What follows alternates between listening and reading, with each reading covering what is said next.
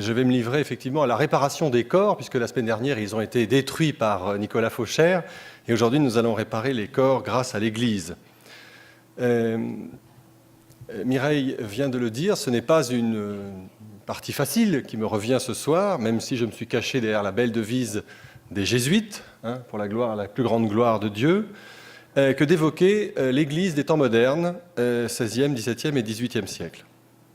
C'est une période, en effet, qui pose un certain nombre de problèmes, à commencer d'ailleurs par l'objet même qui nous occupe ce soir, et sur lequel, je crois, nous avons tous un certain nombre d'a priori que je voudrais non pas lever, mais rappeler d'entrée de jeu pour que nous parlions à peu près le même langage.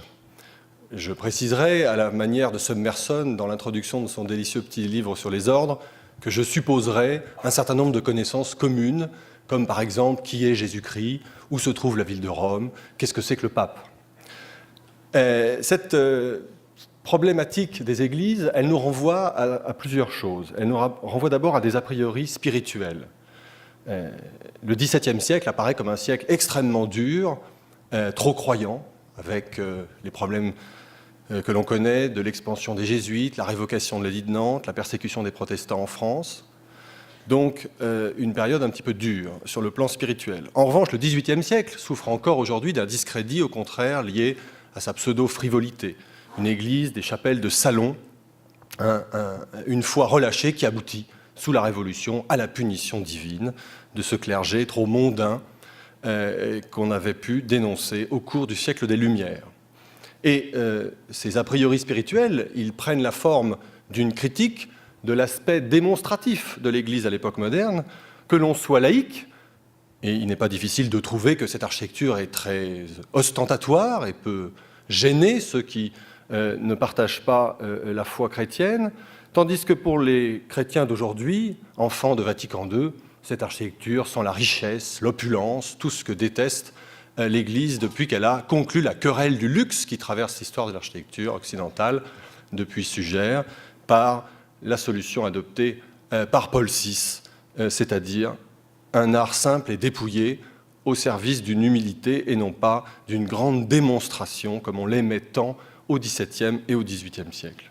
Cette démonstration qui a pris des noms tout à fait fâcheux, qui se sont retournés contre l'art qu'il prétendait désigner, baroque d'abord, ce terme que, pour ma part et avec un certain nombre de mes collègues, nous n'utilisons plus du tout dans l'histoire de l'architecture, car c'est un mot valise qui bloque la réflexion, mais aussi, encore pire, l'art jésuite qu'on trouve encore dans les livres des années 60 et qui a heureusement fini par disparaître, sauf peut-être encore dans l'esprit de certaines personnes, et qui associe, à tort d'ailleurs, on le verra, les jésuites et cet art très démonstratif. Mais ces a priori que je qualifie de spirituels se doublent d'a priori esthétiques, et nous le savons, cette période n'a pas toujours les faveurs des amateurs d'architecture, parce que, évidemment, et spécialement pour nous Français, nous sommes gênés par le gothique. Le gothique, voilà le vrai art religieux, un art qui a trouvé au XIXe siècle des défenseurs qui, bien sûr, ont mis l'accent sur les incohérences et ce qu'ils appelaient les laideurs de l'architecture religieuse des temps modernes, et Viollet-le-Duc le premier, vous vous souvenez de ces formules fracassantes, qu'est-ce que l'ordre dorique du Parthénon arraché à la Grèce et plaqué contre un mur? Solution barbare, dira Viollet-le-Duc, quand il évoquera Saint-Eustache, c'est pour critiquer le squelette gothique recouvert de haillons arrachés à l'Antiquité. Donc une idée que le gothique est très supérieur pour l'expression de la foi à l'architecture des temps modernes et que cette formule de renaissance de l'architecture aboutira à l'épuisement même du style à l'antique, comme le montre un édifice aussi dur et finalement si peu intéressant que l'église de la Madeleine, par exemple.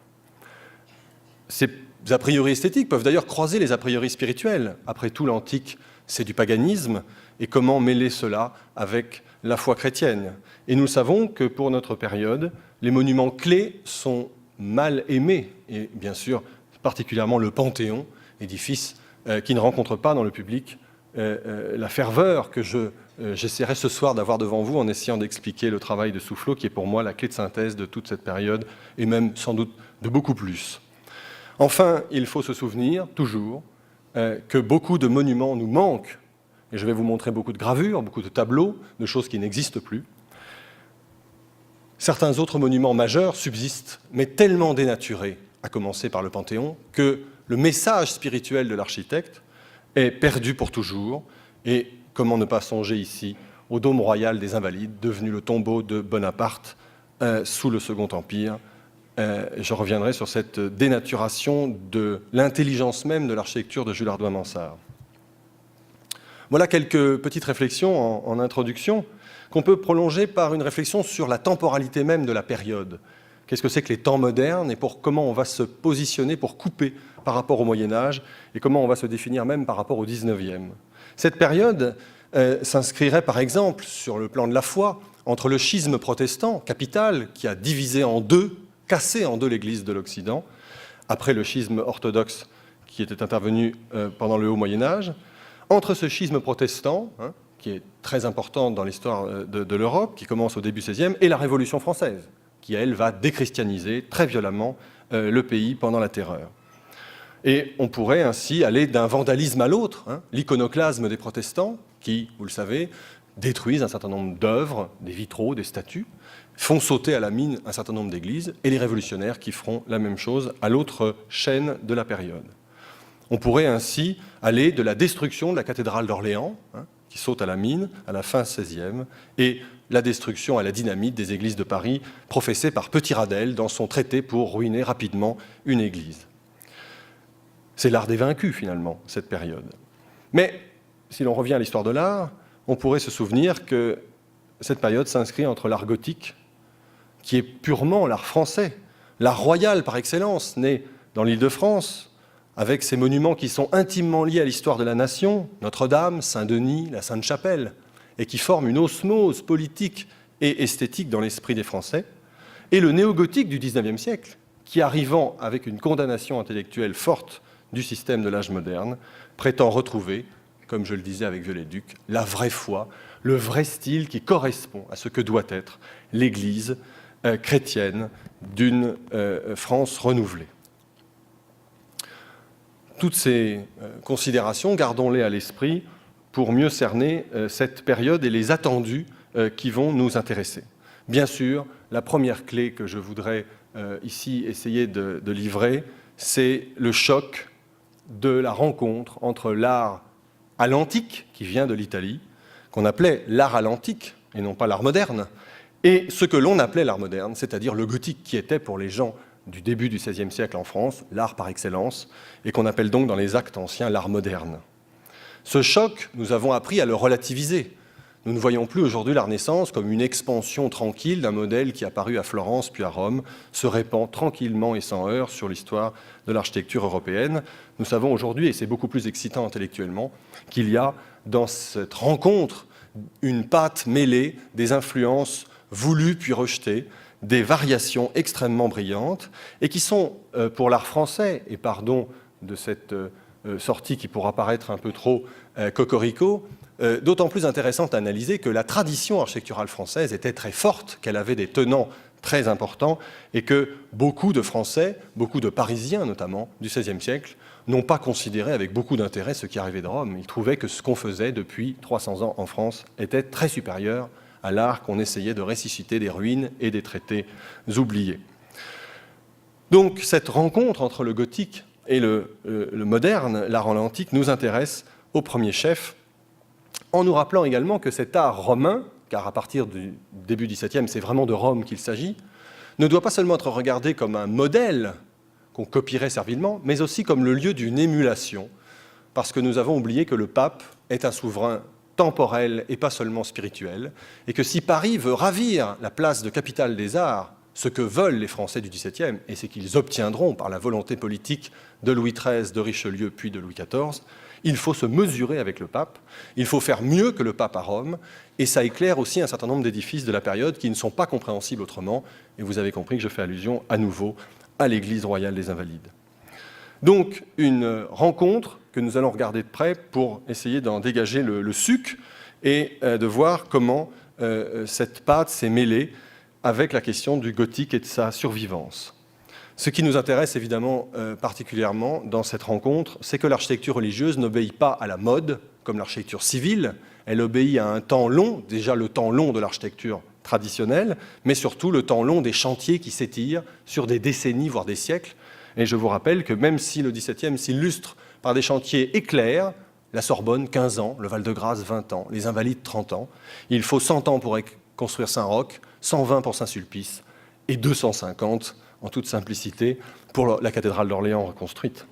Donc, souvenons-nous de ce temps long qui ne favorise pas, évidemment, les adaptations rapides et qui soulève, à chaque étape de ces chantiers qui s'étirent de génération en génération, des questions existentielles sur le style, le plan, la façade, les parties hautes, toutes ces questions que je vais essayer de passer avec vous en revue. J'ai décidé de suivre les images.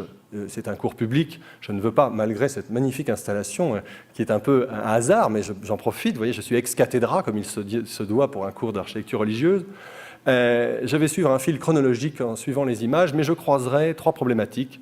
Le plan, la question qui est ressortie beaucoup de la liturgie, la façade, qui est le choix de la démonstration à l'échelle de l'édifice, et la question du dôme sur tambour, que l'on pourrait, comme l'a si judicieusement fait Jean-Marie Pérouse de Monclos, associer à la tour-lanterne de l'époque romane. C'est la même chose et c'est le même principe.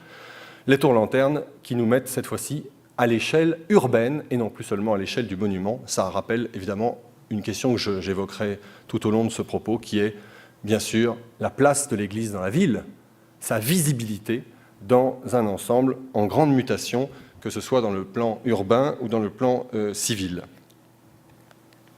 Alors, comment ne pas se placer sous des invocations tutélaires et de commencer paradoxalement cette approche de l'architecture française des temps modernes par un incunable de l'art grande, de la haute Renaissance, celle de Bramante, c'est bien sûr le Tempietto, la Tolos moderne, sur l'endroit du martyre de Saint-Pierre, à San Pietro in Montorio, sur le Janicule.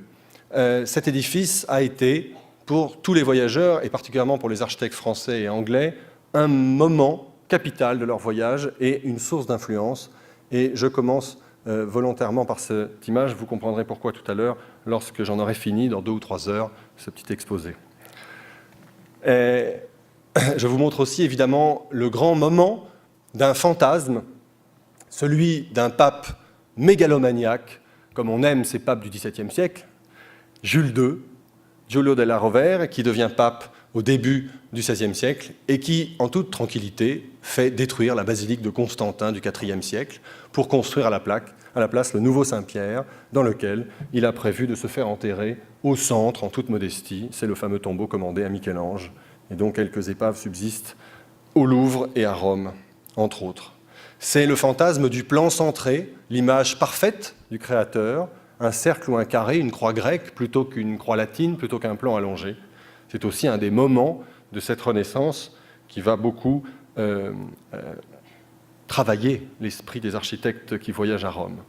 Et puis, de cette église qui, finalement, vous le savez, ne sera pas un plan centré, mais une croix allongée, selon la volonté de Paul V Borghese au début du XVIIe siècle, quand Maderno achèvera Saint-Pierre.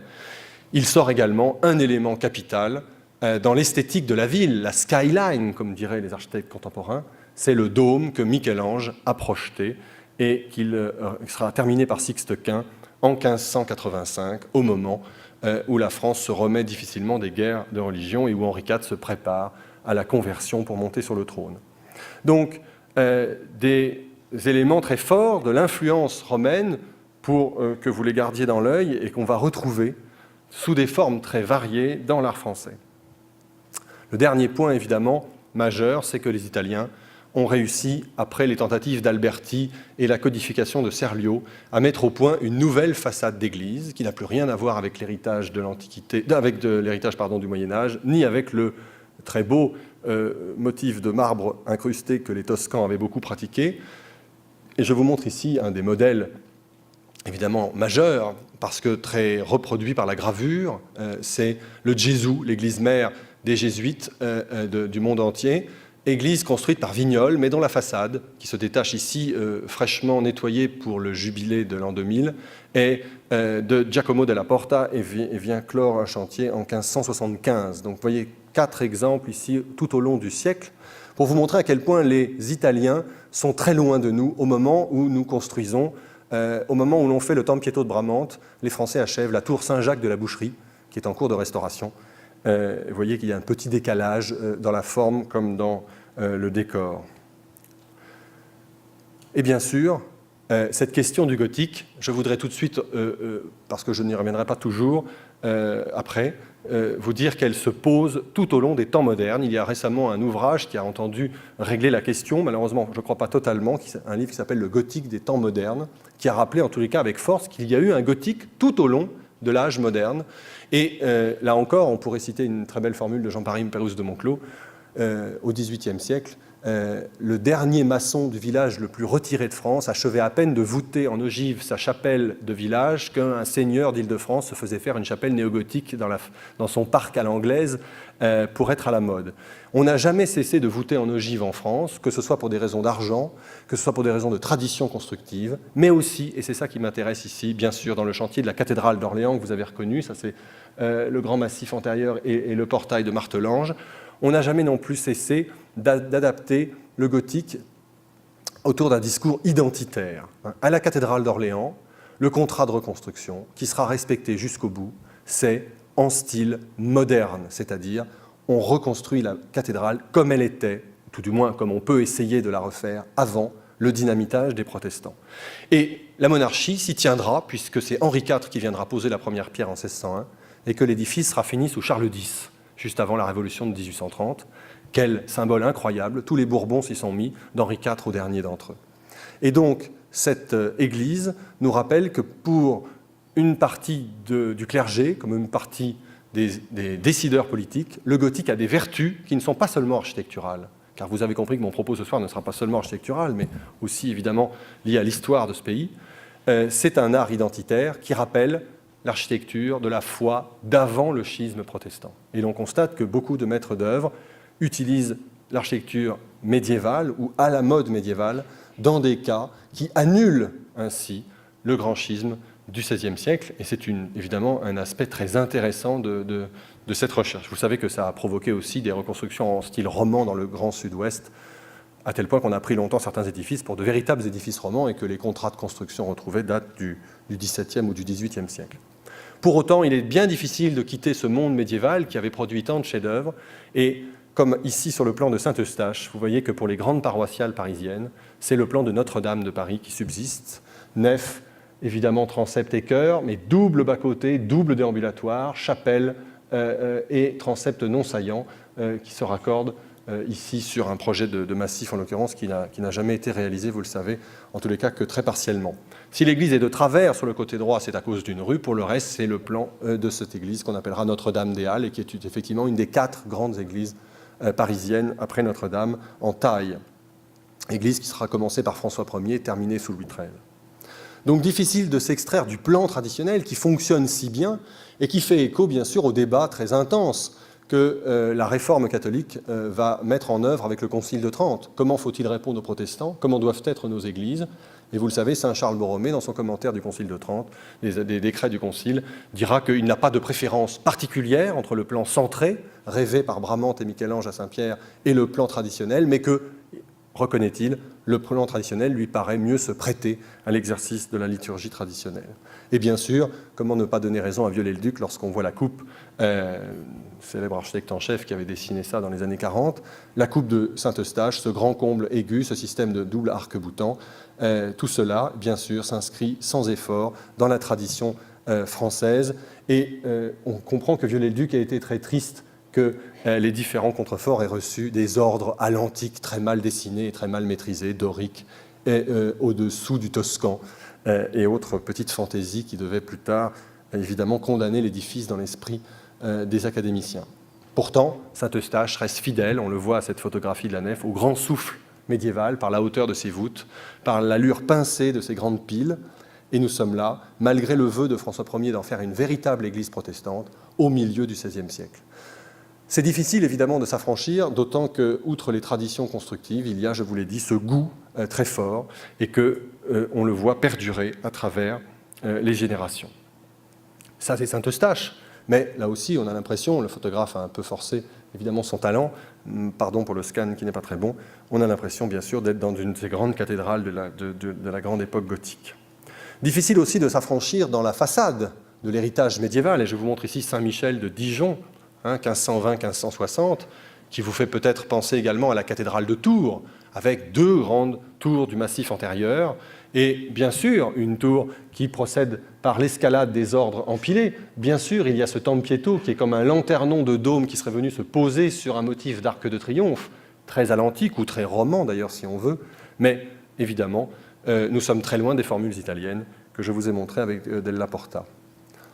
Et même à Saint-Étienne-du-Mont, encore un chantier qui s'achève au cours du XVIe siècle à Paris, le jubé est le moment d'une interprétation de l'art nouveau, sauf que, en réalité, malgré les entrelacs, malgré les génies ailés, il y a dans tout cela, dans la virtuosité de la stéréotomie des escaliers, dans cet immense arc en anse de panier qui vient supporter le jubé lui-même, évidemment, quelque chose qui est profondément dans l'esprit de la période précédente. C'est pourtant dans ce type d'ouvrage, à ce niveau-là, que la Renaissance, qui n'a pas connu de très grands chantiers religieux en taille, va permettre à l'Art nouveau de s'installer. Et chapelle, retable, jubé sont possiblement, pour des architectes plus versés dans la mode architecturale, l'occasion de montrer un art nouveau, un art différent. Et il suffit bien sûr de passer de ce jubé de Saint-Étienne-du-Mont, qu'on a quelquefois attribué un peu rapidement à Philibert Delorme, à celui que Pierre Lescot dessine ici magnifiquement en 1544 à Saint-Germain-l'Auxerrois, paroisse du Louvre, paroisse royale, pour mesurer à quel point, dans les milieux humanistes, une véritable culture de l'architecture antique, et ici, bien sûr, le motif de l'arc de triomphe à colonnes redoublées et attique décoré par Jean Goujon, peut prendre place dans une église gothique. Malheureusement, vous le savez, ce jubé a été détruit au cours du XVIIIe siècle. Il nous en reste une seule représentation, qui fait d'ailleurs débat, dans ce dessin de la collection de maçons de l'École des Beaux-Arts. Alors, le premier qui va peut-être franchir le pas, qui va proposer une solution qui paraît en apparence très proche de l'Italie, c'est Philibert Delorme, bien sûr. On revient toujours à Philibert Delorme, au XVIe siècle, mais nous sommes encore dans un contexte particulier, une chapelle de château, la chapelle du château d'Annette, dans la très grande Île-de-France, chapelle qui, par miracle, a subsisté alors que le château lui-même a été aux 2/3 détruit à la Révolution. Sur cette planche composite, si j'ose dire, vous avez le plan qui apparaît comme un plan centré, une croix grecque inscrite, vous voyez, dans un carré avec 4 parties, 2 chapelles et 2 escaliers, une coupe ici qui vous montre la coupe sur la galerie, qui est fausse d'ailleurs en réalité, la galerie qui permettait d'accéder au balcon depuis les appartements, et la coupe de la chapelle, qui est une chapelle, vous voyez, qui est couverte d'une coupole formant dôme à l'extérieur. Dans la tradition italienne, il n'y a qu'une maçonnerie pour l'intérieur et l'extérieur, qui ne va pas devenir la tradition française, comme on va le voir. Et en dessous, une photographie qui montre Philibert, qui reste fidèle à une chose qui nous éloigne des Italiens et qui nous en éloignera toujours, c'est la virtuosité de la stéréotomie. Les Français qui ont la chance d'avoir de la belle pierre de taille préfèrent les épidermes de pierre sculptée aux grands décors peints ou aux grands décors de marbre polychrome. Et ici, par un jeu spiralé qui conduit de l'ouverture vers le lanternon, un appel à la lumière divine, qui est la métaphore de la présence de Dieu par le lanternon, très subtile, très éblouissante en réalité, et que vous avez en retour dans le grand pavage de marbre polychrome, avec des motifs même ici très spectaculaires qui viennent d'être étudiés et qui renvoient directement à l'architecture antique et à des motifs que Philibert avait pu relever dans la Rome antique lors de ses 2 séjours successifs. Le même Philibert Delorme ira un peu plus loin encore dans la chapelle de Villers-Cotterêts, qui n'existe plus aujourd'hui, dans le parc de ce château qui est lui-même très menacé d'abandon en ce moment, avec une petite chapelle, vous voyez, de plan centré ici, un plan très flé, et il ira plus loin parce que sur le devant, il proposera une façade en portique à l'antique avec des colonnes libres sous entablement portant un grand fronton triangulaire. Évidemment, l'entrecolonnement n'est pas régulier par rapport à l'architecture grecque ou romaine, mais l'idée du portique montre qu'ici, on a déjà abouti une réflexion, une première réflexion sur le collage entre 2 éléments, le portique à l'antique du temple grec ou romain et le dôme sur tambour qui est ici en arrière-plan et qui vient coiffer cette chapelle du château de Villers-Cotterêts dans l'Aisne. L'aboutissement de cette réflexion, qui montre que les Français sont très rapidement au courant de toutes ces spéculations intellectuelles, c'est un monument qui a fait couler beaucoup d'encre et qui provoque encore des prises de bec très sévères dans la communauté scientifique. C'est la rotonde que Catherine de Médicis commande pour la sépulture de la famille de Valois à Saint-Denis, la grande basilique royale. Les Valois voudraient une chapelle à eux, une chapelle qui serait en dehors de l'église, posée à côté. Et la commande est passée à un architecte français, Jean Bulan, lui aussi retour de Rome, comme Philibert. Et Jean Bulan va dessiner cette extraordinaire rotonde, qui est un admirable plan centré circulaire avec des chapelles, vous voyez, qui se dégagent sur un espace central où devait prendre place le grand tombeau de Catherine et d'Henri II, celui qui subsiste, mais aujourd'hui dans la basilique de Sugères. Car cet édifice a été commencé, laissé inachevé et finalement détruit. Pardon, la photo est effroyable.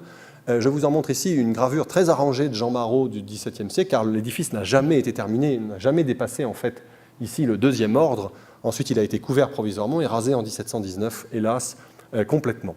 On a fouillé récemment la rotonde dont on a retrouvé les fondations, mais les historiens ne sont pas d'accord entre eux sur l'attribution.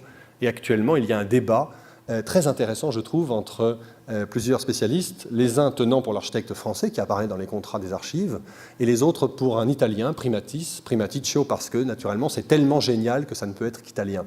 Et je ferai une petite parenthèse. Il y a 100 ans, les historiens français nationalistes disaient que tous les édifices de la Renaissance française étaient des architectes français, parce qu'ils voulaient montrer que la Renaissance française avait sa propre personnalité. Et aujourd'hui, il est amusant de voir nos collègues italiens nous expliquer que tout ce qui est beau dans la Renaissance française est italien, parce que justement c'est beau. On tourne un peu en rond, si j'ose dire, dans le plan d'un édifice centré. La difficulté, c'est que la pratique n'est pas la même chose que la spéculation, et que cette belle chapelle dessinée sur le papier et construite dans un endroit vierge, eh bien, ce n'est pas une solution qu'on peut adapter à des églises paroissiales. Et je vous montre ici le bricolage infernal que l'architecte a été obligé d'opérer à Saint-Étienne-du-Mont pour la clôture, où il n'a pas pu s'échapper du grand pignon médiéval qui vient fermer la toiture, et dans lequel il a tâché, bon an mal an, d'installer une façade à 2 ordres superposés avec ici des colonnes engagées là des pilastres et 2 frontons l'un sur l'autre, tout ça en maintenant la grande rose de la nef. Bref, quelque chose d'assez curieux qui a toujours été tenu pour un peu accidentel et qui montre que même à Paris, au début du XVIIe siècle, nous sommes là sous Henri IV, on tâtonne encore pour proposer une formule qui va permettre à l'architecture religieuse de marquer vraiment un nouvel âge. Et ce nouvel âge, il n'apparaît bien sûr pleinement qu'avec Salomon de Brosse à la façade de Saint-Gervais-Saint-Protais, façade qui n'est que la fermeture d'un grand chantier commencé 100 ans auparavant, et qui nous pose des problèmes tout à fait excitants, puisque un grand architecte qui pratique l'ordre antique, la façade sur soubassement, comme le Parlement de Rennes, est obligé ici de fermer, comme une porte de placard, un édifice gothique flamboyant, extrêmement aigu, très élevé. Il choisit donc de s'en tirer par un étirement qui consiste à utiliser la superposition des 3 ordres, dorique, de Vignol, ionique et corinthien, qui lui permet d'avoir une grande logique. Cette baie ici étant la grande rose devenue une baie en plein cintre, et cette baie ici n'éclairant rien d'autre que la charpente du toit. Cette gravure est intéressante, mais elle est très trompeuse, car en réalité, le travail de Salomon n'a pas seulement consisté en ce que vous voyez sur la gravure, et il est très intéressant que la gravure ait enlevé ce que je vais vous montrer, elle consiste en fait en une adaptation à l'édifice.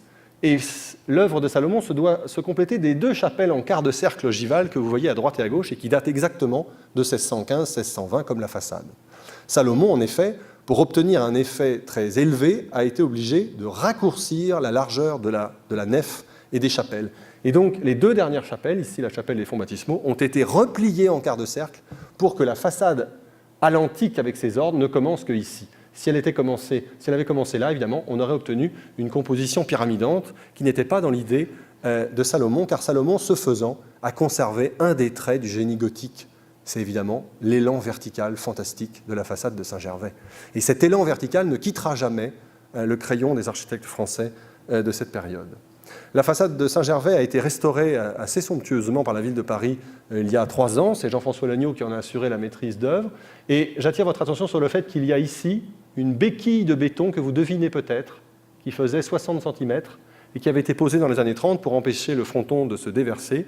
Cette béquille a été retirée. Ce n'est pas un détail, car comme vous le savez, et mieux que tout le monde ici dans le palais décoré des phrases de Paul Valéry dans le Palinos, il n'y a pas de détail en architecture, tout est important. Cette moulure rajoutée abîmait l'architecture de Salomon. Elle a été enlevée grâce au progrès de la technologie contemporaine, et aujourd'hui on peut goûter l'exploit technologique qui a été de placer à une si grande hauteur un fronton en partie évidé et qui verse en avant.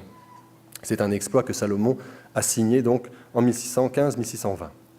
Il est immédiatement suivi en 1624 par un jeune architecte très brillant qui veut se faire remarquer et qui lui aussi ferme avec une porte, un frontispice, une église qui a été construite un petit peu avant, c'est l'église des Feuillants. Il s'agit bien sûr de François Mansart.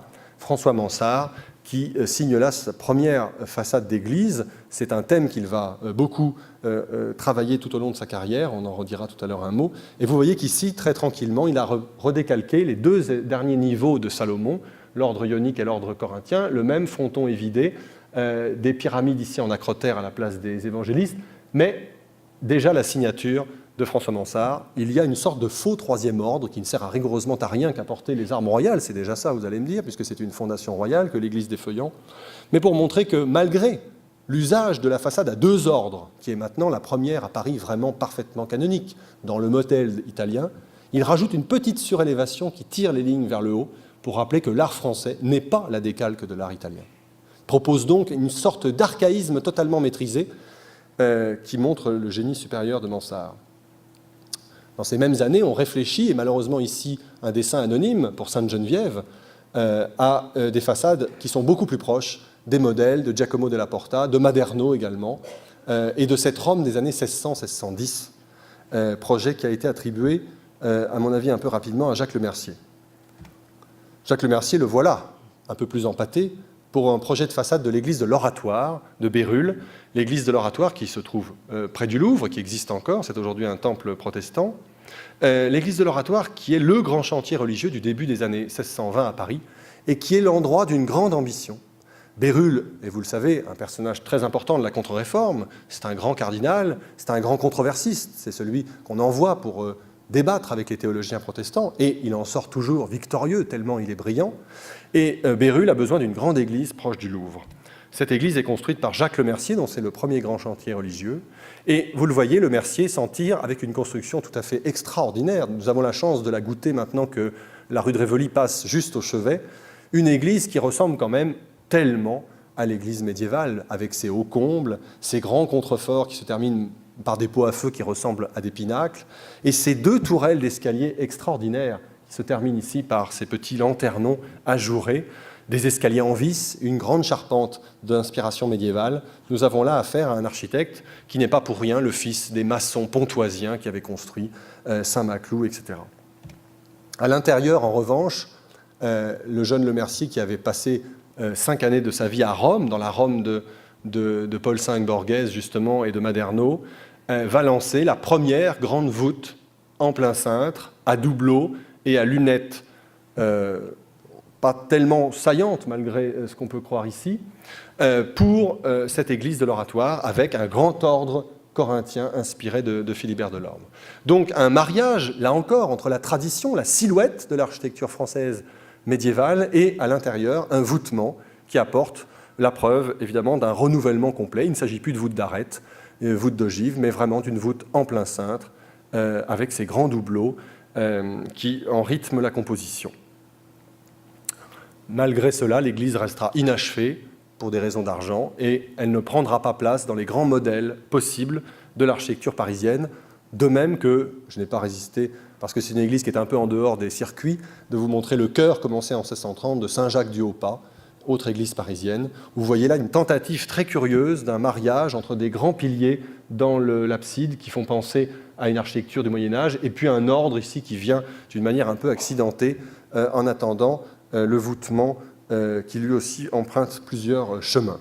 Non, le grand chantier, bien sûr, c'est celui que les jésuites, qui sont revenus après avoir été bannis en 1594, vont lancer dans le Marais, quartier alors très à la mode. C'est l'église Saint-Louis des Jésuites, la maison professe, notre Saint-Paul-Saint-Louis, église paroissiale. Cette église est construite à nouveau sur des terrains donnés par le roi. Elle adopte le plan du Gesù de Rome, qui est contresigné par le général à Rome. Et ce plan, c'est celui des grandes églises, des congrégations qui repeuplent le sol de Paris. La contre-réforme est très active, vous le savez, plus de 60 établissements créés en 50 ans dans Paris, des établissements qui chacun ont besoin d'une église, et donc à chaque fois un architecte sollicité.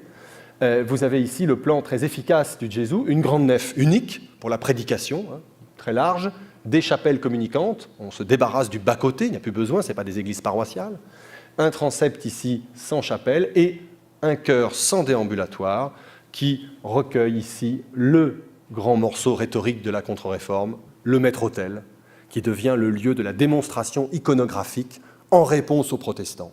Pas de statue, pas de représentation des saints, pas de représentation de la Vierge. Eh bien, si nous répondons que nous en faisons 2 fois plus pour convaincre le fidèle que ces statues ne sont pas idolâtres, mais simplement des supports pour sa prière, en attendant une place au paradis.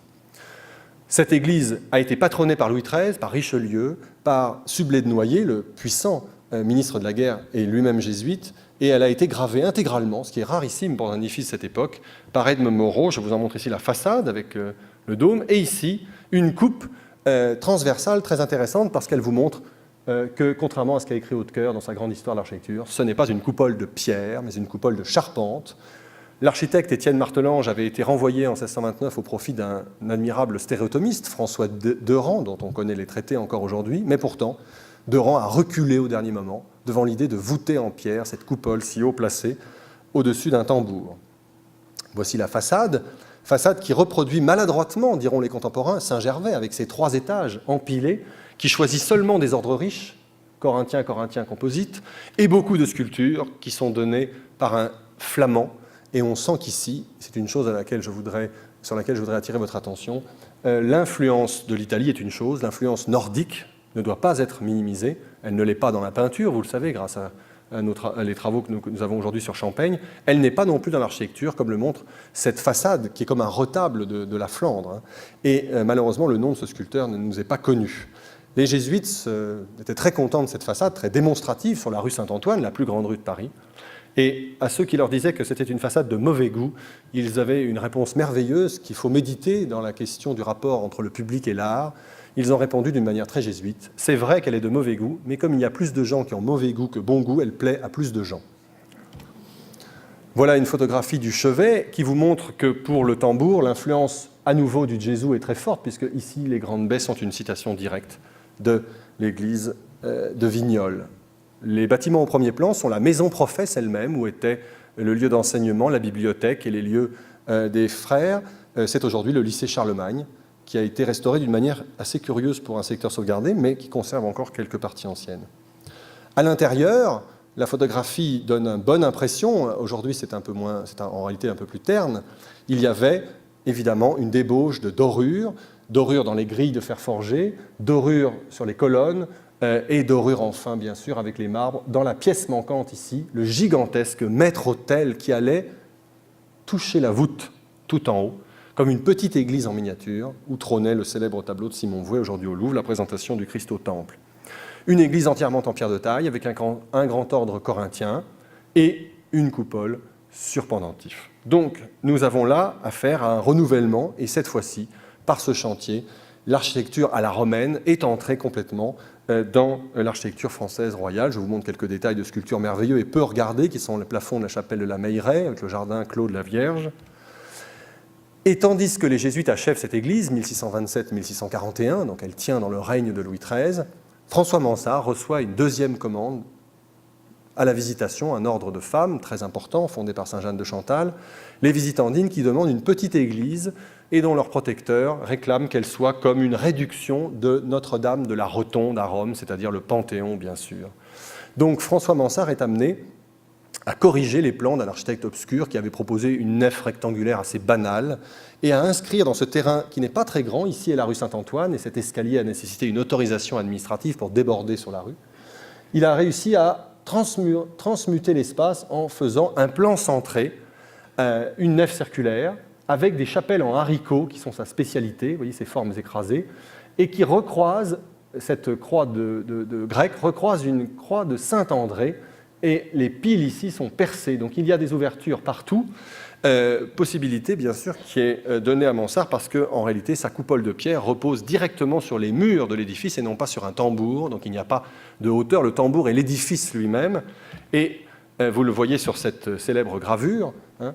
Voilà l'église et la coupole est ici en pierre, elle est déconnectée de la charpente, mais il n'y a pas de tambour à proprement parler. Le dôme ne dépasse pas dans le paysage parisien, à la différence de Saint-Louis des Jésuites. Ici, Mansart est amené à mettre au point une façade d'église totalement nouvelle et qui n'existe pas dans le modèle italien et qui aura beaucoup de succès tout au long du XVIIIe en province. C'est une façade très simple. Vous voyez, on a récupéré simplement deux grands murs lisses qui encadrent une porte à ordre. Il y a le retour du motif typique du Moyen-Âge, c'est-à-dire ce grand oculus, cette grande rose, ici une couverture en chapeau de gendarme mouluré, et c'est tout. Une façade extrêmement simple, très efficace, qui ornera beaucoup d'églises, notamment de l'ordre bien sûr de la Visitation. À l'intérieur, Mansart, grand stéréotomiste, déploie une coupole de pierre avec 4 baies, vous voyez, qui pénètrent en lunettes dans la coupole, et c'est encore l'âge du Mansart qui aime beaucoup le décor sculpté. Je n'ai pas résisté au plaisir de vous mettre plusieurs photographies. C'est un reportage de Caroline Rose qui avait été fait au moment de l'exposition sur le Marais par Jean-Pierre Bablon. Et ici, bien sûr, une photographie qui vous montre le mauvais état de l'édifice. Depuis, il a été un peu restauré. Très intéressant passage entre la nef et le chœur.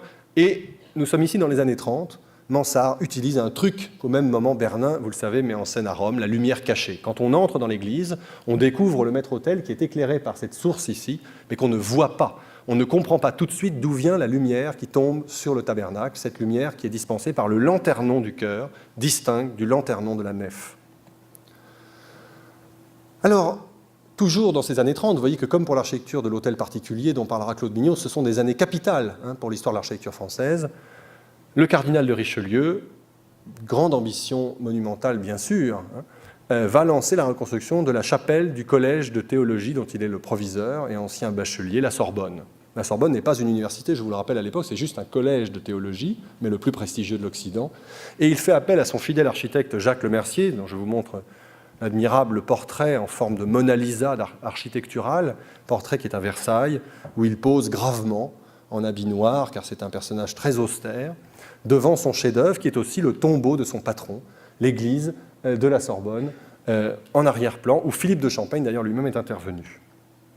Jacques Lemercier, lorsqu'il était jeune architecte arrivé à Rome, s'était passionné pour les plans centrés. Et je vous montre ici une de ses gravures, car il était un excellent graveur, qui est peut-être une des images les plus étonnantes de l'histoire de l'architecture religieuse, en tous les cas pour nos amis italiens. C'est une photographie d'une maquette, si j'ose dire, dans le chantier. La maquette posée sur ses tréteaux. Et c'est un projet de plan centré pour Saint-Jean des Florentins de Michel-Ange qui avait manifestement beaucoup plu au jeune Lemercier qui a signé Jacques Lemercier, Gallus Fecit 1607. Et c'est pourquoi la chapelle de la Sorbonne est si importante dans la réflexion sur les plans centrés, même si ce n'est pas officiellement un plan centré, mais un plan combiné entre la croix latine et le plan centré. Cet aboutissement est un unicum dans l'histoire de l'architecture religieuse française, mais aussi italienne. Et là, je tiendrai à me séparer de mes prédécesseurs, et notamment d'un grand savant allemand qui avait absolument voulu que la chapelle de la Sorbonne de Paris soit la décalque d'une église de Rome, San Carlo et Catinari, qu'on trouve encore cette interprétation dans tous les ouvrages récents. Et pourtant, il suffit de regarder les deux édifices pour voir qu'ils n'ont qu'un rapport extrêmement lointain. L'intérêt pour nous de la chapelle de la Sorbonne, c'est une commande double. Une commande d'église pour les docteurs de la Sorbonne, ils ont besoin d'une chapelle, mais aussi une église mausolée pour la famille, d'abord pour le cardinal, puis pour sa famille. Il y a donc deux églises en une, et il y a aussi deux façades et deux entrées. Une entrée dans le collège et une entrée dans la ville. Et c'est pourquoi, très naturellement, Lemercier va être amené à dessiner un rectangle, qui est le bout du terrain, et une façade sur la ville que vous connaissez, qui vient d'être ravalée enfin, l'église est en très mauvais état, et une façade sur la cour qui n'est aujourd'hui plus utilisée du côté de l'université. C'est ce qu'a très bien compris Jean Marot, qui est un fidèle de l'architecture de Lemercier, quoiqu'il ne se soit sans doute pas beaucoup connu, en reproduisant le plan avec les deux façades, mais surtout cette extraordinaire vue en écorché qui montre qu'il a parfaitement compris l'enjeu. Nous sommes dans une église ici de croix latine, avec une façade à deux ordres à l'italienne, ou plutôt à la romaine, et ici nous sommes dans une église de plan centré, sous la coupole, avec une façade en portique, comme chez Philibert, avec des colonnes libres sous entablement. On en voit ici la coupe, ici. Et donc, Le Mercier a parfaitement répondu à la commande, 2 églises, 2 fonctions, 2 démonstrations monumentales, avec un croisement central, ici, sous le dôme, qui lui, regardez, pour la première fois, propose une coupole entièrement appareillée. Le Mercier est un excellent stéréotomiste, et il a été amené à proposer cette coupole qui l'oblige, pour charger les murs, à monter d'un attique le tambour, et c'est cet effet de pinacle qui explique qu'il y a un attique aveugle au-dessus du tambour de l'église. Et nous avons donc une église à 2 têtes. Je vais vous montrer ici un très beau dessin acquis par le musée Carnavalet il y a quelques années, quand l'église est achevée en 1653. Et ça nous donne d'ailleurs un repère précieux pour la couleur des menuiseries. La porte est laissée couleur bois, ciré, huilé, et non pas peinte en verre-bouteille comme elle est aujourd'hui. Richelieu ne faisant pas les choses à moitié, on dégage l'espace devant sa nouvelle chapelle, très prestigieuse, dont le dôme maintenant domine la montagne Sainte-Geneviève. Et cette place qui est toujours notre place de la Sorbonne, ça nous inscrit évidemment dans le débat sur la place de l'église. Il faut se mettre en visibilité urbaine, et on voit ici l'église depuis, non pas le boulevard Saint-Michel d'Haussmann, mais la rue de la Harpe, la grande artère de la montagne Sainte-Geneviève. Sur Cours, en revanche, changement de discours.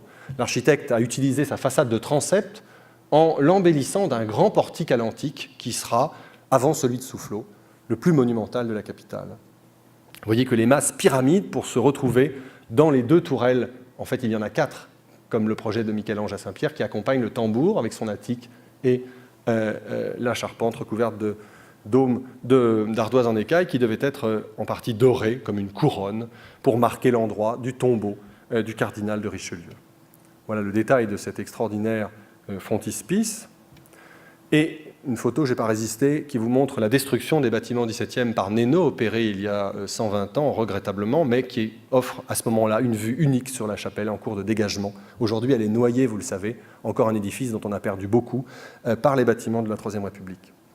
À l'intérieur, tout est à la romaine, grande voûte en pierre massive, grand ordre corinthien, et un chœur avec une niche en abside. Le maître-autel était beaucoup plus monumental. Ce qui m'intéresse maintenant, regardez bien ces 2 photographies, c'est que l'astuce de Le Mercier est très visible. Quand on entre par la ville, d'où est prise cette photographie, on est dans une église en croix latine, du moins a-t-on l'impression, une nef, un transept, un chœur au fond. Mais si l'on entre sur le côté, par le portique, on est, et là je me suis mis exactement à la porte, on ne peut pas voir plus à droite et à gauche, exactement dans une église de plan cintré, sous une coupole. Et l'astuce de Le Mercier avait été de construire ici, où il y a maintenant une peinture 19e, un maître-autel aussi monumental que le maître-autel du chœur. Autrement dit, on était dans les 2 cas troublé par la présence d'un maître-autel, et on pouvait lire les 2 maîtres-autels comme chacun étant le maître-autel unique de l'Église. Choses qui ont été détruites par la Révolution. Donc dans les années 30-40, l'architecture religieuse royale, parisienne, a adopté les nouveaux canons, et ces canons aboutissent à une église particulièrement soignée, qui est le noviciat des Jésuites. Noviciat attribué à Martelange, mais je vous signale que cette gravure porte une indication très intéressante contemporaine par Monsieur Le Mercier. Martelange est mort en 1641, et je pense que Le Mercier a achevé une partie de son dessin. C'est une église qui est une variation de Santa Maria dei Monti de Giacomo della Porta à Rome également. Et vous voyez ici que nous sommes dans une épure que les critiques d'architecture de l'époque, qui ne sont pas très nombreux, vont appeler de la belle architecture pour l'opposer à l'église des Jésuites du Marais. Et c'est pourtant une église jésuite ici, c'est celle du noviciat qui a été détruite à la Révolution. Étant donné qu'il y a en ce moment la sublime exposition Stella à Lyon, je n'ai pas résisté au plaisir de vous rappeler que dans cette église se trouvait un des tableaux qui exprime le mieux cet art qu'on a appelé l'atticisme d'un mot commode, dont je ne suis pas absolument sûr qu'il ait un sens, avec ce Christ retrouvé par ses parents après la dispute dans le temple avec les docteurs de Jacques Stella, livré lors de l'inauguration de l'église en 1642. Et je vous montre un autre tableau de Stella tout à fait extraordinaire, la Vierge au temple, qui était à Saint-Germain-en-Laye, pour vous montrer dans cette ambiance picturale aussi d'extraordinaire présence de l'architecture, avec magnifique portique à l'antique en colonne de marbre. C'est cette ambiance-là, cette ambiance des années 30-40 qui nous intéresse. Alors j'avance un peu plus rapidement. Port-Royal, à la fin du règne, pour lequel Antoine Lepôtre, un architecte qui est appelé à une grande carrière, que nous connaissons surtout pour l'hôtel de Beauvais, va développer une façade très monumentale avec un portique qui va choquer les religieuses. Et là, nous voyons la querelle du luxe ressurgir. Elles préfèrent une façade à pilastres qu'une façade à colonnes. Et donc, cette gravure matérialise un projet non abouti. Et puis, en revanche, une qui n'a pas du tout peur du luxe, c'est Anne d'Autriche, qui, enfin libérée du cardinal et de son mari, devenue régente, peut exaucer son vœu d'élever à Dieu un grand temple pour le remercier de la naissance de Louis Dieudonné, le 5 septembre 1638, Louis XIV.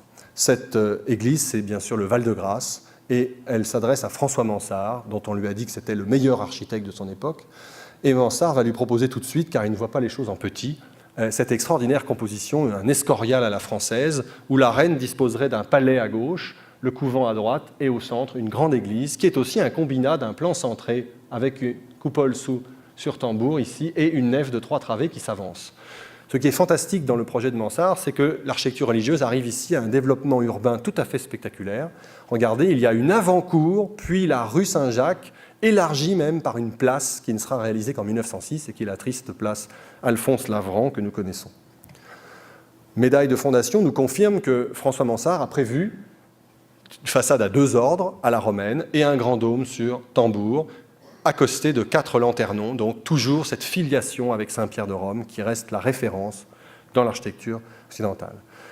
L'échec de François Mansart, qui dépense tout l'argent rien que pour les fondations, amène son renvoi et c'est Jacques Lemercier qui lui succède en 1648 et qui propose, vous voyez, une façade beaucoup moins subtile, mais qui garde l'articulation avec le grand dôme sur tambour. Ce qui nous intéresse dans ce projet de Stockholm de Lemercier, c'est que, vous le voyez, on réfléchit alors à mettre le maître-autel sous le dôme, comme on l'avait imaginé à Saint-Pierre pour le tombeau de Jules II. Et finalement, l'église est achevée.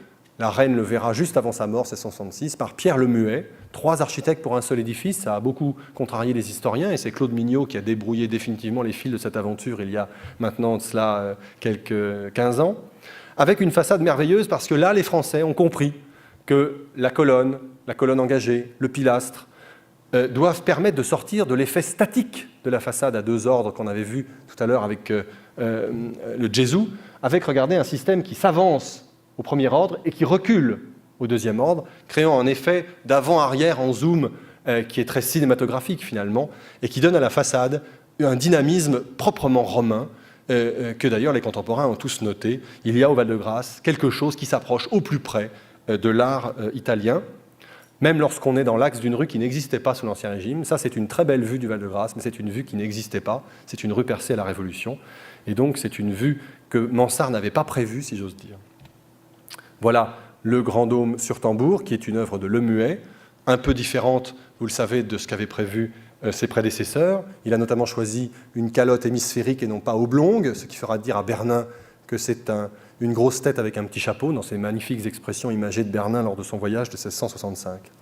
À l'intérieur, on se sépare également de la tradition de la belle voûte en pierre pour aller vers une voûte entièrement travaillée, sculptée, comme un revival de l'art d'Henri II, des plafonds de menuiserie du XVIe siècle, avec des lunettes très courtes, vous voyez. On est dans une esthétique très différente, tandis que sous la coupole, on va choisir une peinture à fresque. Et là aussi, on se rapproche beaucoup plus des effets italiens, jusqu'à, bien sûr, le grand maître-autel à colonne torse inspiré de Bernin, à qui, d'ailleurs, étant présent, on montre le projet en 1665, et qui trouve qu'évidemment, c'est moins bien que s'il l'avait fait lui-même, mais c'est finalement les Français qui exécutent ce maître-autel qu'on recule pour le coller, vous le voyez, au fond du chœur, et non pas sous le dôme, où il aurait vraisemblablement gêné la lecture des lignes de l'architecture. Lorsqu'on se couche par terre, comme l'a fait le photographe, voilà ce qu'on découvre, un grand tambour sur 4 pendentifs. Et ici, je rappelle un truc classique de l'architecture religieuse de l'époque moderne. Les pendentifs sont le lieu géométrique de passage entre le carré et le cercle, mais c'est aussi le lieu, bien sûr, du passage entre la perfection divine du cercle et l'impureté humaine du carré. Autrement dit, ce passage géométrique, c'est aussi, sur le plan de la foi, l'endroit où l'on met les statues des 4 évangélistes, puisque pour passer de la perfection divine à l'imperfection humaine, et pour faire le chemin inverse, il faut passer par les évangiles qui ont recueilli la parole du Christ. Donc c'est un truc, comme la lumière cachée, que les architectes utilisent énormément dans les églises de l'époque. Un jeune architecte, Louis Levaux, qui devient premier architecte du roi en 1654, va s'affronter à son tour à cette question du plan centré, du dôme, de la façade. C'est bien sûr Saint-Louis des 4 Nations, avec, vous le voyez, toujours le thème du portique, qui simplement ici ne se détache pas, hein, le dôme sur tambour et le plan cintré, qui est en fait ici donc un vestibule, qui est aujourd'hui seulement emprunté par le président de la République lorsqu'on fait l'ouverture des académies, la coupole avec la nef, et regardez ici à nouveau un fantasme démesuré, mettre là le tombeau de Mazarin. Finalement, vous savez qu'il sera mis ici parce qu'on jugera qu'il n'est pas décent que le cardinal fasse obstacle à l'autel avec le Christ. Évidemment, le cardinal, dans la hiérarchie, il est un peu en dessous. Donc on l'a poussé là. Et ici, deux parties latérales qui sont en équivalence. S'il n'y avait pas ces deux espaces, c'est parfaitement une croix grecque. Voilà l'élévation qui est mise au point au cours des années 1661-63. Très belle, très pure. Et l'astuce intérieure, dans ce dôme à tambour circulaire, il y a en fait une nef ovale. Il y a une astuce avec des rattrapages extrêmement brillants qui montrent que Le Vau, qui n'est pas toujours un très bon spécialiste de la modénature et qui va vite, en revanche, est un virtuose de l'espace, comme il l'avait montré dans ses hôtels particuliers, au premier rang desquels, bien sûr, l'hôtel Lambert. François Mansart, à la fin de sa vie, se pose les mêmes questions, question de la façade, question du dôme, en recevant une commande tout à fait étonnante pour l'église des Minimes du Marais, où on lui demande de faire une façade à une église 17e qui n'avait pas de caractère particulier. Ce qui nous intéresse ici, c'est une proposition grandiose. Toujours chez Mansart, on répond très largement à la commande. Et il faut savoir qu'on a payé ce dessin quasiment le prix de l'exécution. Les dessins de Mansart étaient tellement réputés, il était devenu à la fin de sa vie tellement réputé, que les Minimes n'ont pas hésité à payer une somme colossale les dessins qui ne seront pourtant que partiellement réalisés. Mansart va proposer une pyramide de forme avec deux pavillons dont un subsiste sous forme de cadavre, dont les toitures permettent de faire partir les lignes ici, puis une façade à deux ordres en carré, un bloc sur lequel vient se poser le dôme sur tambour. Ça vous rappelle évidemment un monument bien connu, car ce dessin, comme d'autres, qui était resté dans la possession des héritiers de François, sera utilisé par Jules Hardouin, son petit-neveu, dans un édifice prochainement construit, qui est les Invalides de Louis XIV. Voilà la gravure de ce qu'aurait pu être, après plusieurs variations, les Minimes jamais achevés et détruits à la Révolution. La dernière commande de François Mansart, qui nous fascine le plus, évidemment, c'est le programme de tombeau des Bourbons à Saint-Denis. Comme les Valois, les Bourbons auraient bien eu une chapelle à eux, qui aurait pris, vous voyez, une greffe sur le chœur de Sugère, ici en défonçant la chapelle axiale. Et je vous prie de remarquer que la chapelle des Bourbons aurait été aussi grande que la totalité du chœur de Sugère, puisque en fait c'est seulement le chœur et le transept est là. Ce projet merveilleux, commandé par Colbert, naturellement non mis en œuvre, montre comment Mansart a réfléchi à cette question du plan centré. Il propose ici, vous voyez, une croix grecque avec 4 chapelles en val écrasées et une croix de Saint-André. Et vous le voyez, il perce toutes les piles par des accès. Il va plus loin, bien sûr, que ce qu'on a pu faire à Saint-Pierre de Rome, car dans un plan centré qui a une coupole, et on voit sur les croquis latéraux qu'il y avait une coupole prévue, il faut renforcer les 4 points principaux que sont les 4 piles qui tiennent le tambour. Et naturellement, l'astuce, c'est de les faire paraître le plus léger possible. Donc on les perce d'axes. Et en allant un peu plus loin, Mansart aboutit à une réflexion où le plan devient un carré.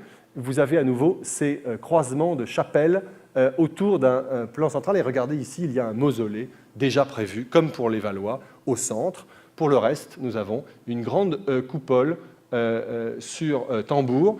Et autre astuce, la suppression de la charpenterie au profit d'un dallage de pierre plate, très problématique pour ce qui s'agit des écoulements d'eau, mais qui évidemment résout un problème qui était toujours resté un peu en suspens.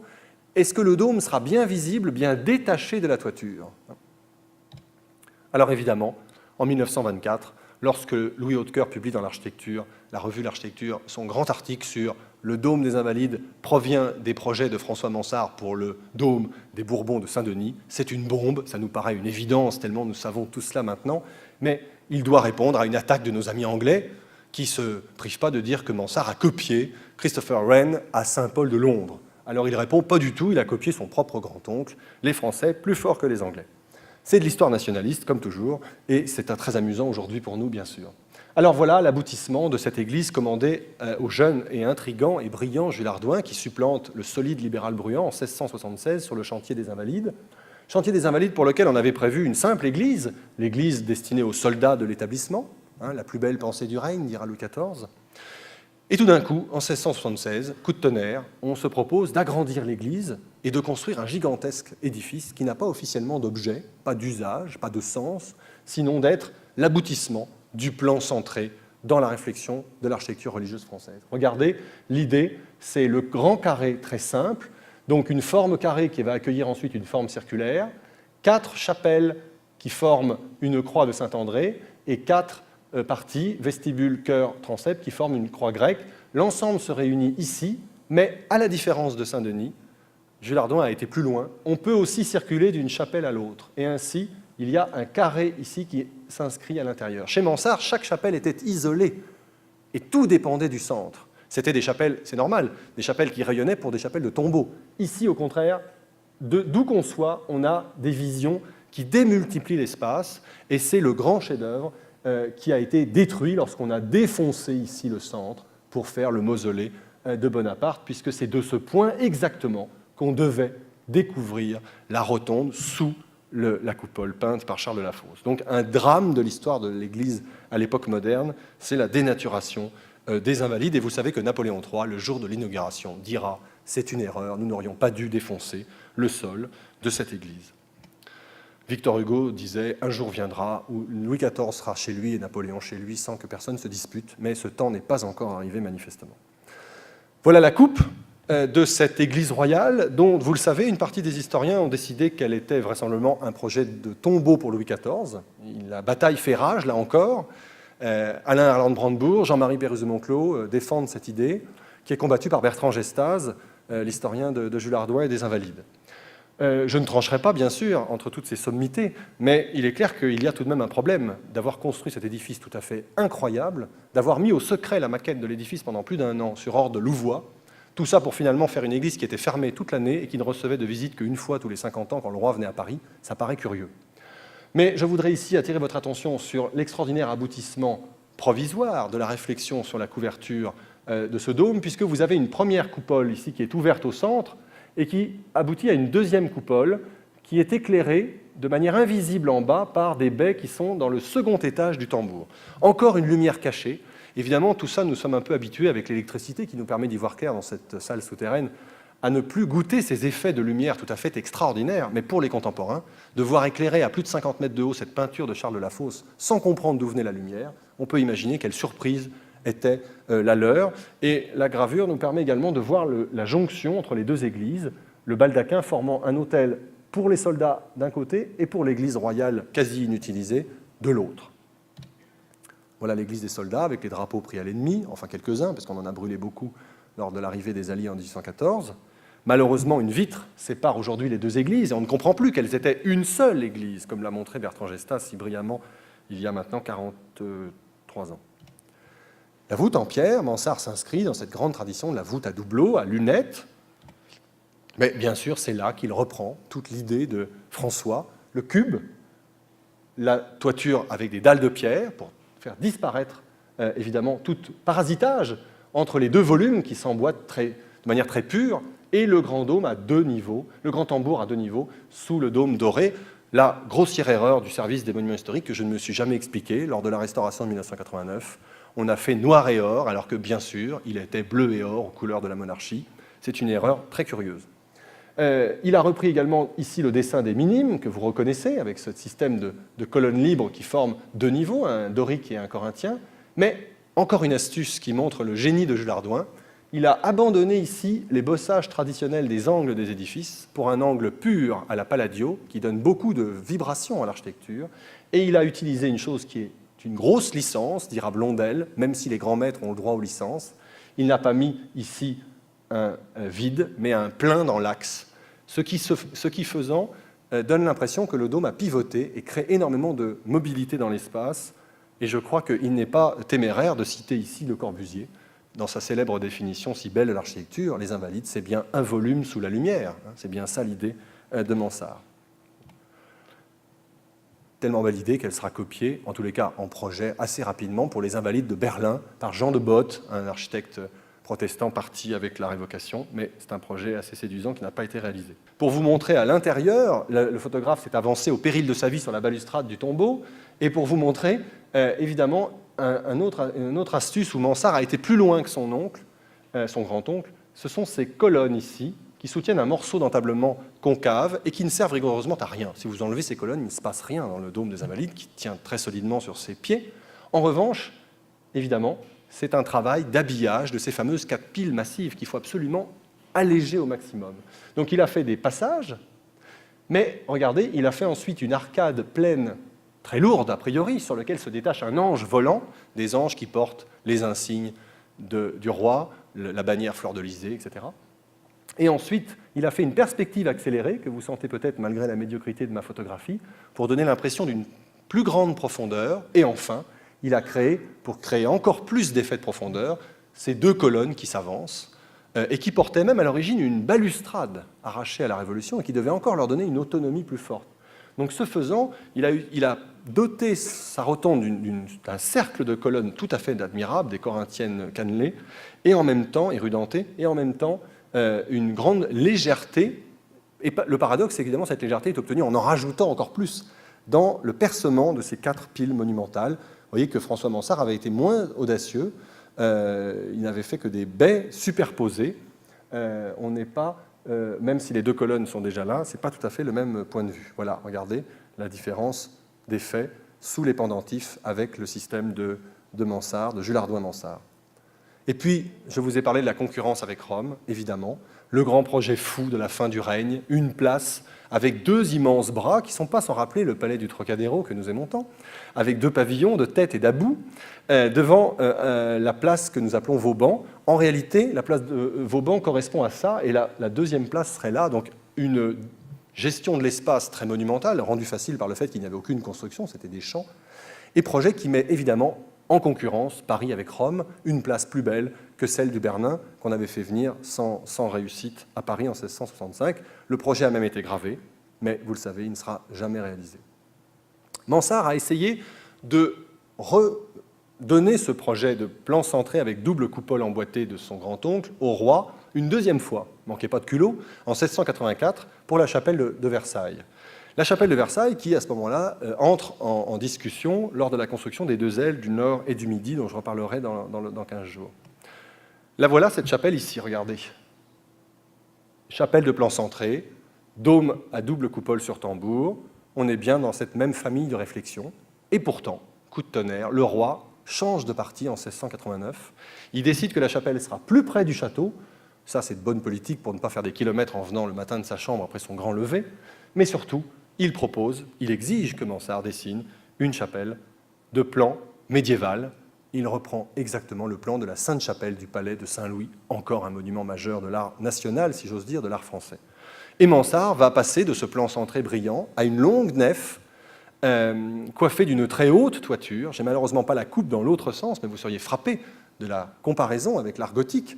Il y a bien sûr des arcs-boutants, parce qu'il faut soutenir une grande voûte en pierre de taille, qu'on va exceptionnellement recouvrir de peinture. Et voilà ce que ça donne. La modernité, une fois de plus, se cache à l'intérieur de l'édifice. La silhouette est une silhouette aiguë médiévale. À l'intérieur, en revanche, Mansart bascule dans la partie qui va occuper le XVIIIe siècle. Il utilise des colonnes libres sous entablement pour former une colonnade à l'étage royal qui repose sur une file de grandes arcades à piles carrées, plus proche de l'art de la Contre-Réforme. Il va mettre ce ordre sur socle, comme on avait fait à la colonnade du Louvre quelques années auparavant. Cette chapelle aura immédiatement, évidemment, un écho très important dans les cours européennes, et notamment à Lunéville. Et je suis évidemment obligé de dire, sans mauvais jeu de mots, feu la chapelle de Lunéville, qui a brûlé sous nos yeux il y a 3 ans, la chapelle de Boffrand en 1719 pour le duc Léopold, chapelle merveilleuse où Boffrand a repris l'idée de Jules Hardouin, son maître, mais en utilisant 2 ordres colonnes superposées, colonnes ioniques et colonnes corinthiennes, qui sont en réalité, on a toujours été frappé par la légèreté de cette chapelle, mais grâce à l'incendie, on a au moins appris une chose, c'est que ce n'étaient pas des colonnes monolithes en pierre, mais au contraire de la construction un peu plus légère. Ce débat sur la colonne libre, qui refait surface dans ces années-là, il est pour nous très capital, parce qu'évidemment, il pose une question qui va hanter le XVIIIe siècle, qui est la question de la vérité en architecture. Est-ce qu'il y a une vérité en architecture? Je ne pense pas, mais en tous les cas, c'est une question qui travaille ceux qui regardent l'antique et qui s'aperçoivent qu'évidemment, depuis le début, il faudrait mieux, si on veut absolument copier l'antique, faire des façades en portique à colonnes libres sous entablement avec fronton. Et voilà un projet très étonnant que propose pour l'église Sainte-Geneviève, qui n'a pas de façade, c'est une façade gothique, les fameux Perrault, Claude Perrault, le médecin, de mauvais médecin d'un bon architecte, disait la voix publique, et son frère Charles, l'auteur des Contes et du Chaboté. Une façade à la romaine, très inspirée de la traduction de Vitruve qu'avait procuré Perrault à la demande de Colbert en 1673. Et évidemment, un copier-coller très curieux, qui vient regarder sur le frontispice derrière, qui lui doit couvrir la charpente médiévale. Alors on monte quelque chose qui forme évidemment un chameau, comme on dirait dans l'architecture. Et pour l'intérieur, il propose une file de colonnes sous entablement, sous une voûte, donc une architecture à la romaine, puisque la voûte n'est pas pratiquée par les Grecs dans cette forme dans les temples, et évidemment une structure qui est totalement bouleversée par rapport à l'architecture même de son époque. Cette tendance est européenne, et je vous montre ici la Karlskirche, bien sûr, Saint-Charles-Borromée de Vienne, avec Fischer von Erlach qui dessine ici. Regardez, l'entrecolonnement est encore un tout petit peu plus large pour la porte centrale, mais on se rapproche quand même maintenant d'une citation plus exacte. Évidemment, c'est une église à rhétorique impériale, elle a la double colonne monumentale, inspirée de la colonne Trajane. L'empereur est, bien sûr, le premier personnage politique européen. Et à Londres, même Saint-Paul de Rennes, qui datait des années 60, 1702, avait mis en musique un grand portique, simplement la hauteur l'avait amené à superposer 2 ordres sous le fronton et à maintenir en tant que cathédrale 2 tours.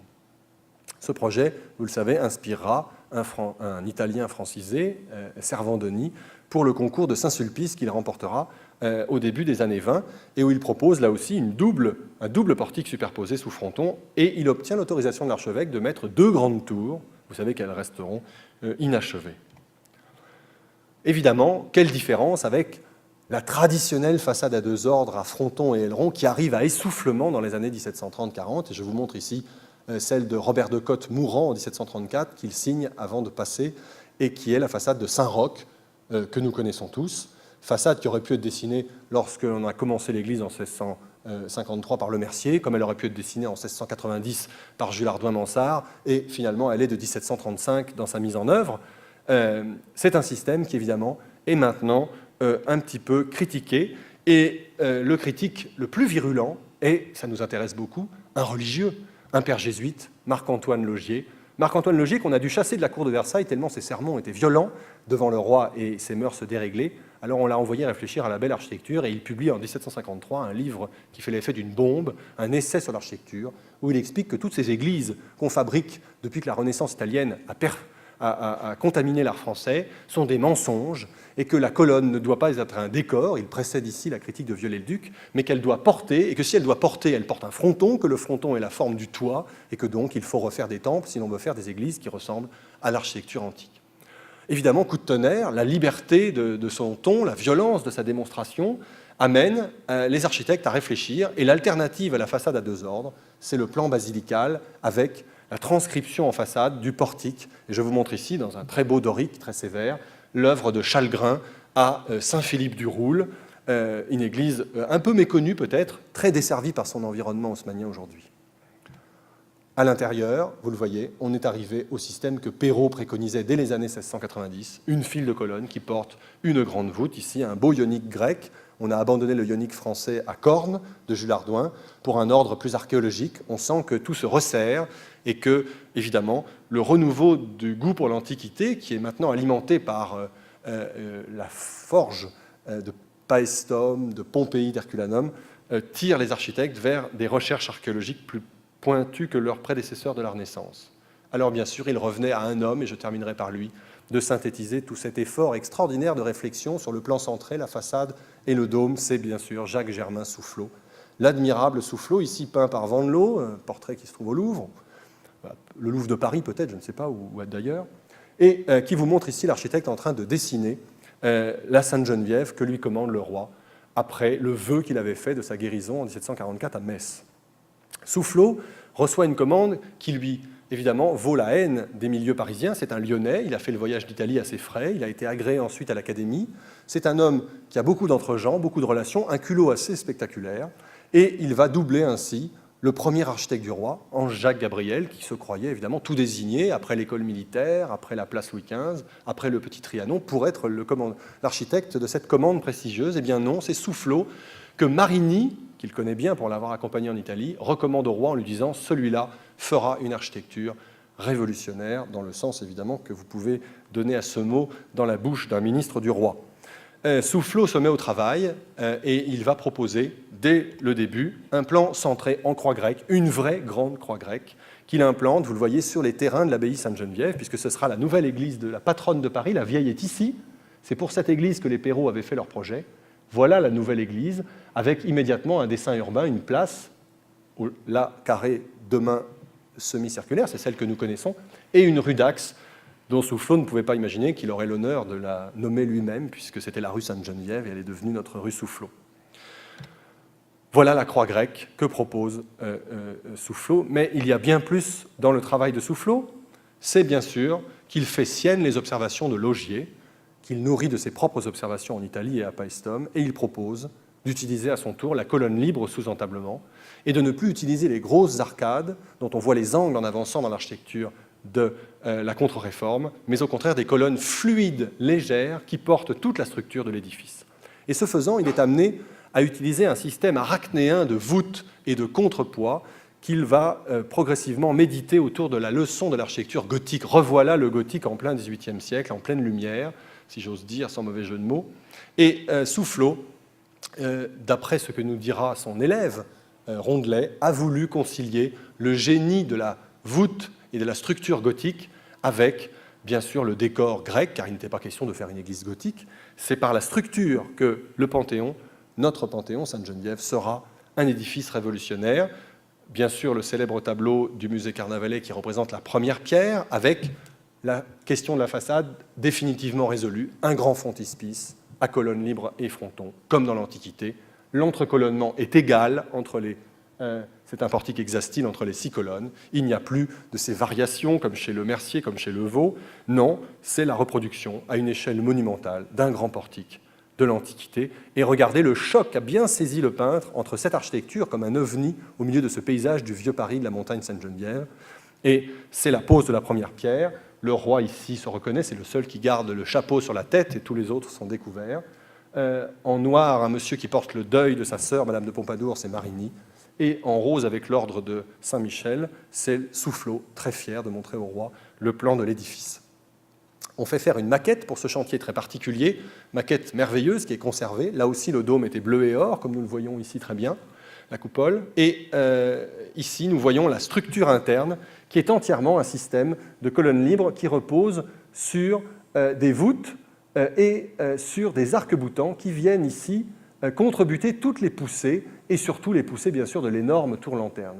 Tout cet habillage ne se voit que de l'intérieur, car en réalité, à l'extérieur, un grand mur d'enveloppe donne un aspect monumental à l'église Sainte-Geneviève et cache toutes ces astuces qu'il faut aller voir par en dessus, par en dedans, si vous voulez. Vous voyez, sur la gravure qui représente la façade, nous avons le grand frontispice, nous avons les façades du mur d'enveloppe, avec ces grandes baies qui ont été bouchées par 4 maires de Quincy, regrettablement à la Révolution, et puis le dôme, avec sa colonnade circulaire, sa tolosse, évidemment, vous avez reconnu la variation, pas tellement sur Saint-Paul-de-Londres, je ne crois pas, mais profondément sur le Tempietto de Bramante, parce que nous sommes ici au-dessus du tombeau, non pas de Saint-Pierre, mais de la patronne Sainte-Geneviève de Paris. De profil, l'architecte a résolu la question des clochers en les rejetant sur l'arrière. C'est la seule solution possible de l'architecte néoclassique si on ne veut pas évidemment perturber le discours de la façade monumentale à l'antique. Et vous le voyez, c'est une croix grecque qui en fait a été allongée pour installer le frontispice, donc à gauche sur la gravure. À l'intérieur, voilà la démonstration de Soufflot. Il n'y a plus d'arcades et de grosses piles, mais des colonnes libres merveilleuses. C'est peut-être le plus bel ordre corinthien jamais dessiné à Paris, qu'on peut voir encore aujourd'hui. Et au moment difficile où on arrive aux 4 piles de la croisée, Soufflot propose d'amincir au maximum et de faire des tout petits massifs triangulaires sur les angles desquels viendraient se poser des colonnes engagées. Cette idée que la colonne doit guider l'œil, elle vibre, elle tourne dans l'espace, et c'est pourquoi les fenêtres bouchées à la Révolution étaient si importantes. Elles dispensaient une lumière latérale au niveau du spectateur, et pas seulement la lumière haute des grandes lunettes thermales inspirées de l'architecture antique qui subsiste elle encore aujourd'hui. Nous voyons ici l'influence non seulement de l'antique, mais d'un contemporain comme Piranèse. Voilà une gravure d'une basilique idéale par Piranèse, avec ses grandes colonnes libres. Et voilà ce que propose Soufflot, avec au centre, sous la coupole, le tombeau de la patronne de Paris, récupéré, car il y a toujours cette notion, bien sûr, de l'ancien comme un héritage, récupéré de la vieille église. Ces 4 statues qui portent la châsse de la Sainte sont aujourd'hui au musée du Louvre. La châsse a été détruite à la Révolution. Et ainsi, la Sainte se trouve sous le dôme, et c'est bien l'idée que le dôme se verra de partout, et qu'il sera le signal pour tous les Parisiens de l'endroit où repose leur patronne, ce que Victor Hugo, une fois de plus, le poète a été plus subtil que l'historien, la couronne de colonnes que le soleil redore tous les soirs pour Sainte-Geneviève. Voilà la variation d'un architecte contemporain, Contant d'Ivry, pour la Madeleine, qui n'a pas été réalisé, vous le savez, sous cette forme, chantier lancé par Louis XV et abandonné, où l'on retrouve tous ces principes de la colonne libre qui porte ensuite un jeu de voûtes, doubleaux, à pénétration, voûtes en pendentif ou surpendentif, etc. La structure, vous voyez, apparaît très clairement dans ces gravures très techniques. Notamment ici, vous avez, voyez, les grands murs qui sont vus de derrière avec l'habillage, l'intérieur et tout le système de contrefort, de contrebutement des voûtes qui permettent d'avoir cette légèreté dans laquelle Soufflot entend s'inscrire dans la tradition médiévale. Voilà une maquette qui vous montre que les arcs-boutants qui tiennent les voûtes sont dissimulés dans une partie neutralisée entre le mur extérieur et ici les plafonds des bas-côtés. Les bas-côtés qui, vous voyez, offrent une circulation autour de ces colonnes baignées de lumière. Voilà la grande nef vers le chœur, je ne m'étends pas sur le décor mis en place. Si on lève le nez, on découvre ces jeux de voûtes qui se succèdent, voûtes en pendentif, doubleaux avec lunettes, et regardez l'audace de ces points d'appui. C'est en cela que Soufflot se réinscrit dans le génie médiéval, par cette légèreté des appuis, par ce système qui se démultiplie, qui se décompose, sans jamais perdre sa force unifiée par le décor à l'antique, coupole à caisson, rinceaux, frise de grec, etc. Voilà la coupole sous le tambour inondée de lumière malgré la colonnade, avec les 4 grands pendentifs qui sont ici en peinture. Mais évidemment, il y a une chose encore différente et peut-être qui marque l'aboutissement de cette réflexion sur les dômes sur tambour que j'ai essayé de montrer ce soir, c'est que la 3e coque, qui aurait dû être la charpente de l'édifice, est entièrement en pierre de taille. Il y a donc 3 calottes emboîtées, la première calotte ouverte, la 2e éclairée mystérieusement comme aux Invalides, et en place de la charpente, une 3e coupole en pierre de taille, entièrement appareillée. Malgré ces évidements, elle pèse évidemment très lourd, évidemment qui vous donne, ça c'est l'accès de l'escalier qui monte au lanternon, un décor piranésien. Malheureusement, le public n'a pas accès dans ces parties pour des raisons de sécurité, car le Panthéon, vous le savez, est un grand malade, qui a besoin de beaucoup d'argent, mais qu'on lui donne avec trop de parcimonie. Et donc, cette 3e coupole, qui est un exploit technique de plus de Soufflot, qui a poussé jusqu'au bout la résistance de la pierre, à tel point, vous le savez, que le chantier a connu ensuite, à cause de malfaçons des ouvriers, quelques difficultés qui ne sont pas totalement terminées aujourd'hui, eh bien, il a ainsi stabilisé, par cette 3e coque en pierre, qui est recouverte à l'extérieur de feuilles de plomb dorées, cette énorme composition en hauteur. Voilà ce que donne le résultat de ce dôme qui est achevé l'année même de la Révolution, en 1789. Soufflot est mort depuis 1780.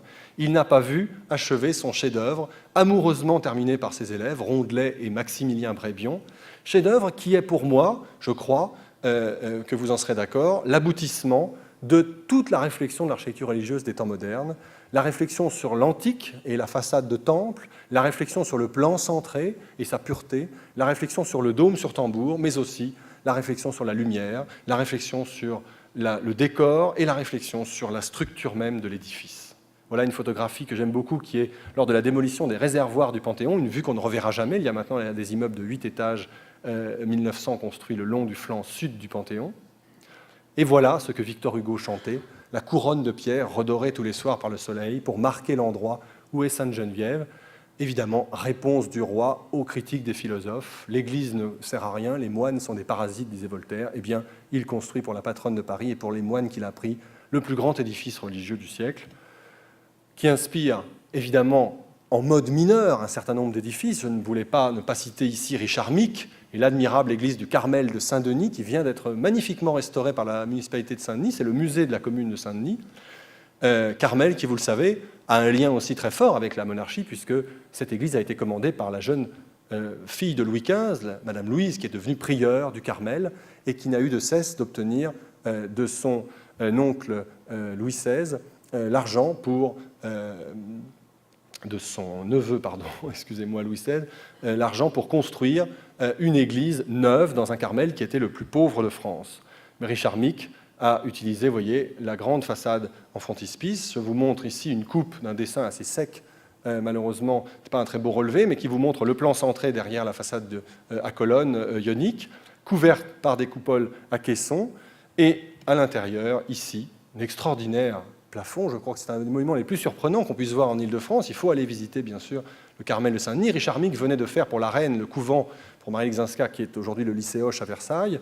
Et au Carmel, ici, il donne la quintessence de son art en matière religieuse. Mick, qui, vous le savez, paiera de sa vie sous la Révolution son génie et sa proximité avec la famille royale, puisqu'il fait partie des grands artistes guillotinés pendant la Terreur.